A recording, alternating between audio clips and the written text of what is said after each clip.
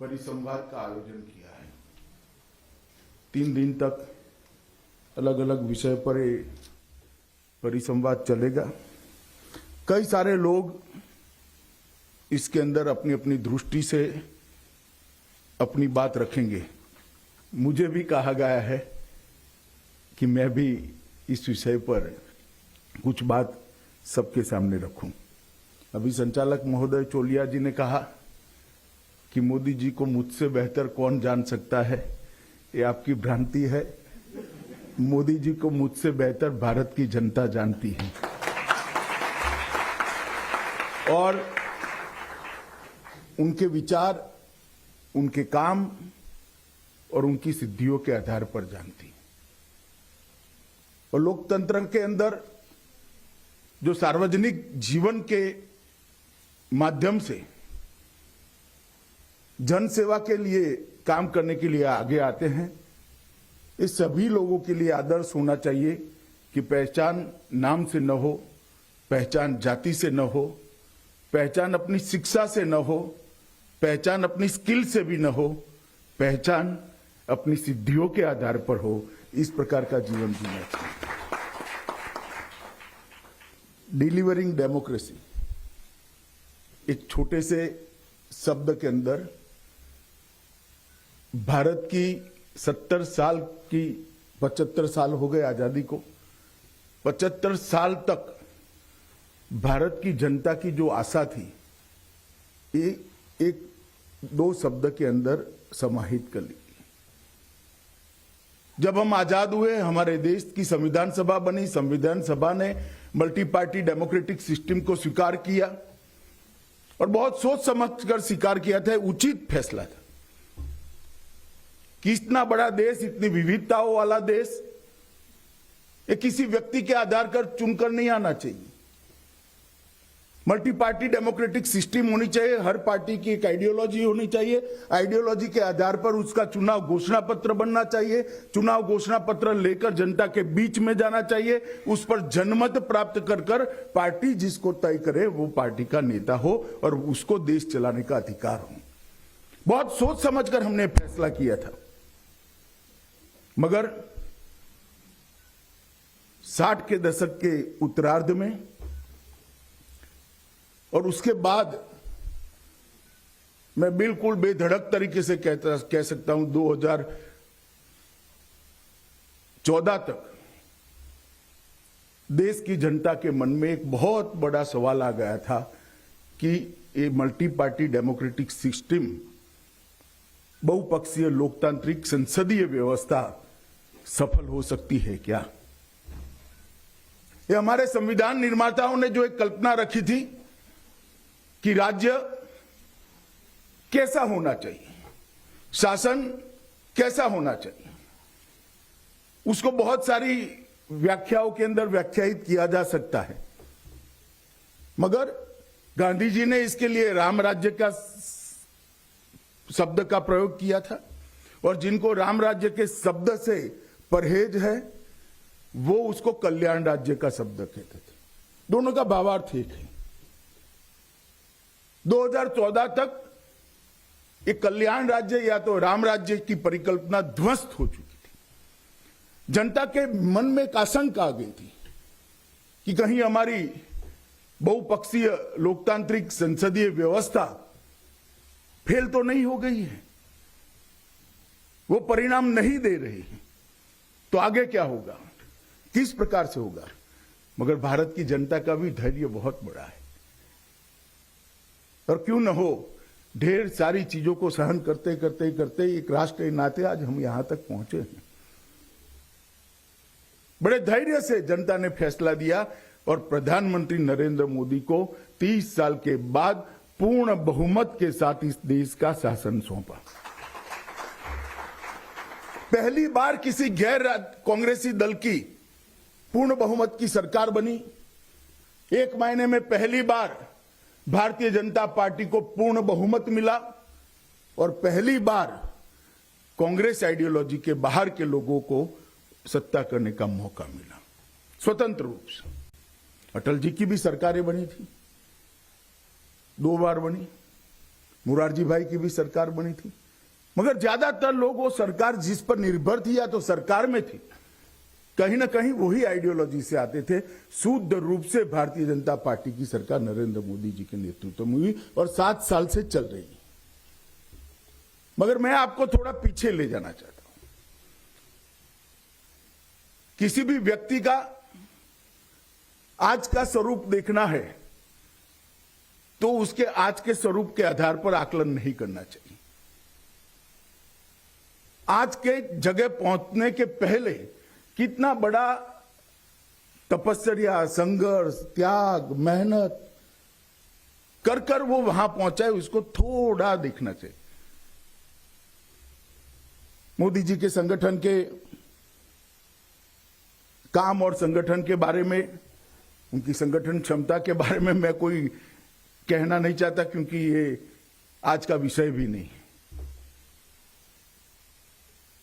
परंतु 2000 की साल में 2001 में भारतीय जनता पार्टी ने एक फैसला किया कि श्री नरेंद्र मोदी गुजरात के मुख्यमंत्री होंगे। भाइयों बहनों, मैं आपको एक बात कहना चाहता हूं कि शायद ही देश में कोई ऐसा सफल मुख्यमंत्री होगा जो मुख्यमंत्री बनने के पहले पंचायत का चुनाव भी न लड़ा हो, जिसको एक गांव चलाने का अनुभव भी नहीं था। और यहां बहुत सारे लोग बैठे हैं जिसको कहते हैं बहुत बड़ी बड़ी डिग्रियां, कोई ऐसी बहुत बड़ी डिग्री ही नहीं थी। नरेंद्र मोदी जी एमए है, कोई मैनेजमेंट या गवर्नेंस इस तरह विषयों से बिल्कुल अभिनग्न एक आदमी एक राज्य का मुख्यमंत्री बन गया। और उस वक्त जब ये राज्य सबसे बड़े संकट में था, एक बहुत बड़े विनाशकारी भूकंप के बाद खड़ा होने का प्रयास कर रहा था, और नरेंद्र भाई जब गुजरात राज्य के मुख्यमंत्री बने तब उन्होंने पूरी स्थिति को समझने का, देखने का प्रयास चालू किया और उन्होंने कई सारे बदलाव लाने का भी प्रयास किया। उस वक्त कोई नहीं मानता था कि नरेंद्र भाई एक सफल मुख्यमंत्री होंगे। बहुत सारा काम उन्होंने गुजरात के अंदर किया, पारदर्शिता पर काम किया, जिसको आप रिफॉर्म कहते हैं, ये सुधार पर काम किया।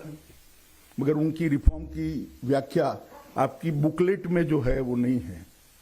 परिस्थिति को बदल सकते हैं उसको रिफॉर्म कहते हैं। जो बदलाव सिस्टम मतलब एडमिनिस्ट्रेशन की स्थिति को, पद्धति को बदले उसको रिफॉर्म नहीं कहते। जो जमीन पर परिस्थिति को बदले उसको रिफॉर्म कहते हैं।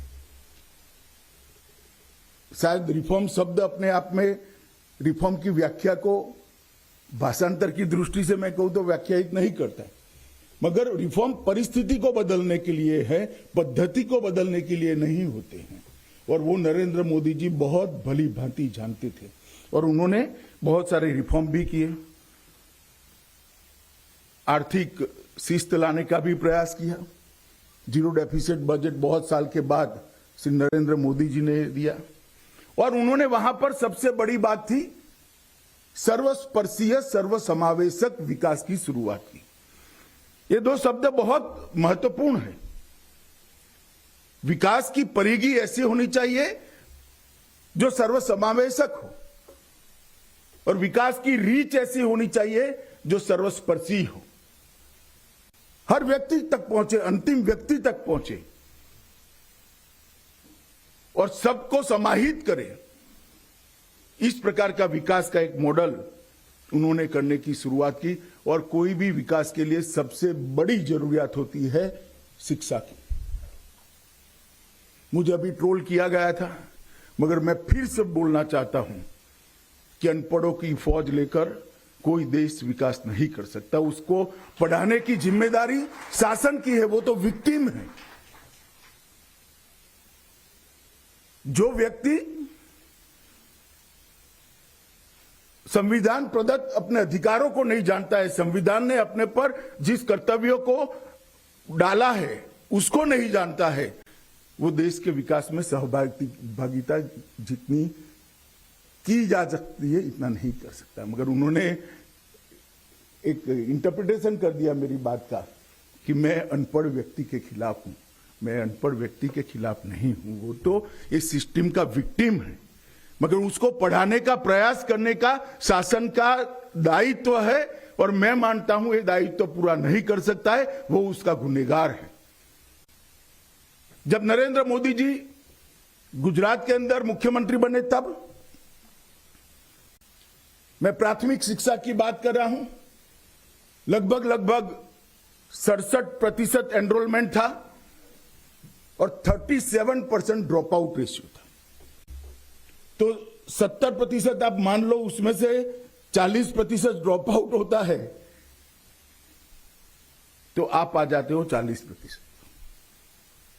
ये जमाने में भी 60% लोग अपनी प्राथमिक शिक्षा पूरी नहीं कर पाते। उसमें कोई बड़े सर्कुलर निकाले बगैर उन्होंने एक कार्यक्रम, स्कूलें तो बनी हुई थी, शिक्षक भी थे, उन्होंने एक बेटी बचाओ बेटी पढ़ाओ का कार्यक्रम लिया, जेंडर रेशियो और बच्चों को पढ़ाने का कार्यक्रम, और एक शेड्यूल बना दिया कि शिक्षा के अभियान के लिए मुख्यमंत्री से लेकर पटवारी तक सारी शासन व्यवस्था 7 दिन 45 डिग्री टेम्परेचर में गांवों में जाकर एक दिन में 5 स्कूलों में प्रवेश महोत्सव करेगी। और उसके बाद में 100% एनरोलमेंट तो हो गया, बाद में क्या ड्रॉप आउट हो जाएगा। तो माताओं की एक समिति बनाई हर स्कूल में, जिसका अध्यक्ष वो स्कूल में जो महिला शिक्षिका होती थी उसको बनाया, और जो बच्ची या बच्चा नहीं आता था वो माताएं उसके घर पर जाकर समझाकर लाने का काम करती थी, और ड्रॉप आउट रेशियो को 67% से 0 और 1 के बीच में लाने का काम किया।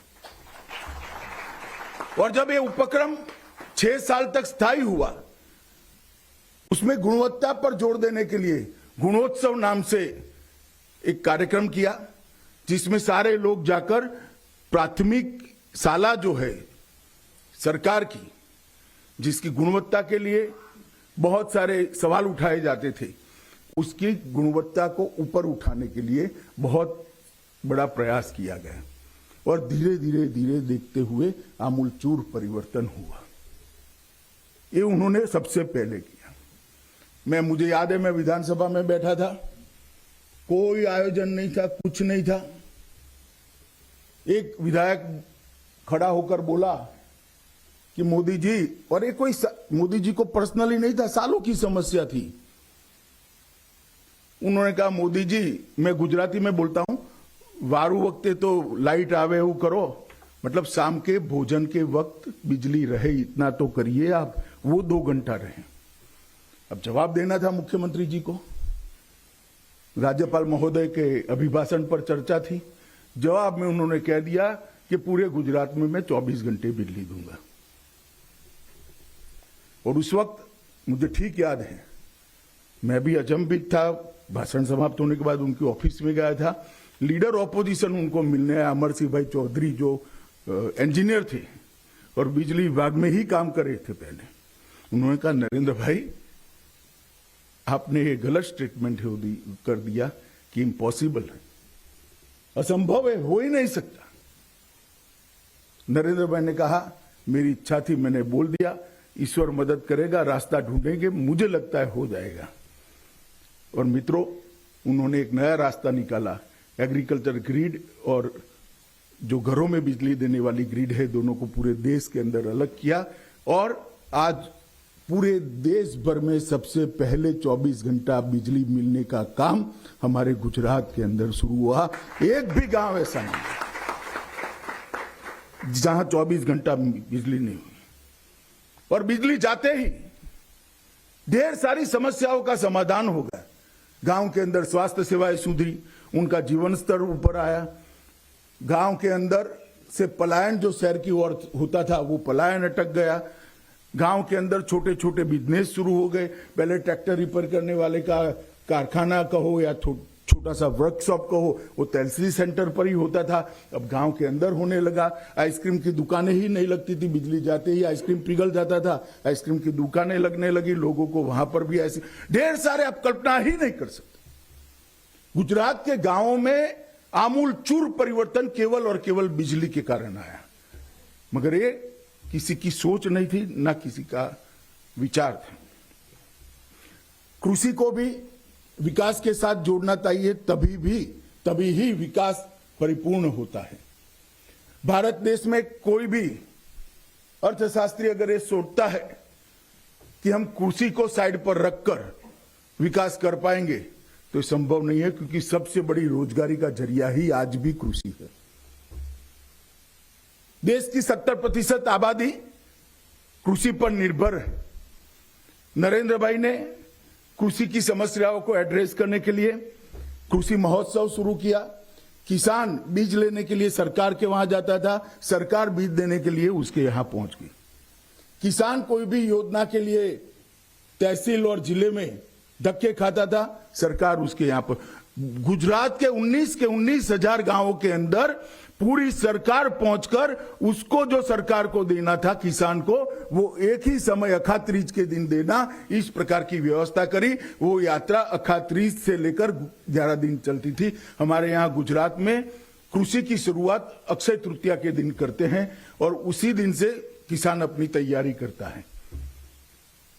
तो कृषि महोत्सव किए, लगभग 10 साल तक चले, और मैं आपको कहता हूं किसी भी राज्य ने उस जमाने में, 2000 की बात करता हूं, कंटिन्यूअसली सातत्यपूर्ण तरीके से 10 साल तक 10% एग्रीकल्चर ग्रोथ रेट अचीव नहीं करा था। गुजरात ने 10 साल तक 10% एवरेज एग्रीकल्चर ग्रोथ रेट। दो, जैसे मैंने कहा, सर्वस्पर्शी और सर्वसमावेशक होना चाहिए। गुजरात में 2 क्षेत्र ऐसे थे।